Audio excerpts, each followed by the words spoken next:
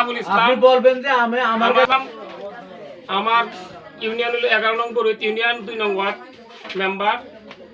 থানা থেকে একটা অভিযোগ আসছিল। থানার নামটা বলুন। থানা ঈশ্বরগঞ্জ। ইউনিয়ন কোনটা? ইউনিয়ন হলো বরুইত ইউনিয়ন। ওয়ার্ড? ওয়ার্ড হলো 2 নং ওয়ার্ড। আচ্ছা, এই অভিযোগকারী এবং বাদী বিবাদী, হ্যাঁ, দুজন। অভিযোগকারী এই লোক এই কালামবাইয়ের স্ত্রী দারোগা আসছিল দুপুরে। দারোগা আমারে ফোন দিছে, বলছে যে তার স্বামী স্ত্রীর মধ্যে যে একটা অভিযোগ আসছে আমাদের থানায়, এটা আপনি বৈশা এটা একটা সমাধান দিয়ে দেন।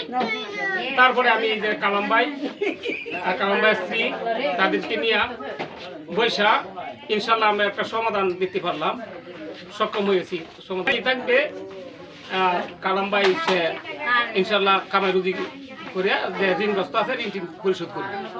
উনি আর স্ত্রী বাড়িতেই থাকবে এখন থেকে? স্ত্রী হ্যাঁ বাড়িতে থাকবে, কোনো কাজকর্ম করবে না। দায়িত্ব হিসেবে উনি হাজবেন্ড হিসেবে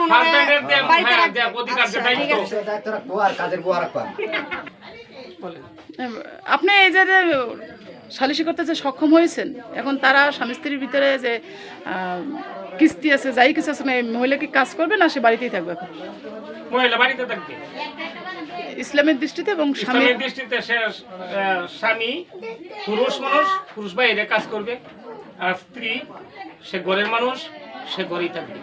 ধন্যবাদ আপনাকে।